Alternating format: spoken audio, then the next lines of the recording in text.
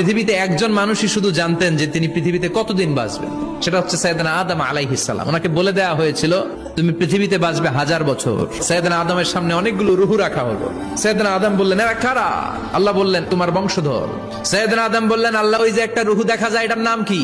এটা তোমার ছেলে দাউদ, সে দুনিয়াতে নবী হয়ে আসবে। সাইয়েদনা আদম বললেন মাবুদ আমার ছেলে দাউদের কত বছর হায়াত আপনি দিয়েছেন? আল্লাহ বললেন মাত্র 40 বছর। সাইয়েদনা আদম বললেন মাবুদ এত ফুটফুটে সুন্দর আমার ছেলে দাউদ মাত্র 40 বছর দিলেন কেন? আল্লাহ আপনি বাড়ায় দেন, আল্লাহকে বাড়ানো যাবে না, লেখা হয়ে গেছে। সাইয়েদনা আদম বললেন আমার 1000 বছর থেকে 60 বছর আমি আমার ছেলেরে দিয়ে দিলাম।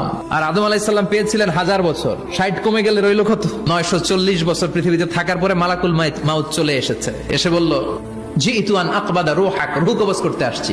আদম আলাইহিস সালাম বললেন রূহ কবজ করতে আসছো মানে? আমি বাঁচবো তো 1000 বছর।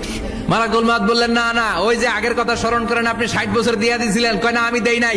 মালাকুল মাউত বলে আল্লাহ ঘটনা দেখেন, দিয়া কয় দেই নাই। আল্লাহ কয় থাক কথা কইস না, আয়া পর। ভুলে গেছেন উনি। সেদিন থেকে আল কিতাব ওয়া শুহুদ মানে লিখে রাখার সিস্টেম আর সাক্ষীর সিস্টেম চালু হয়েছে।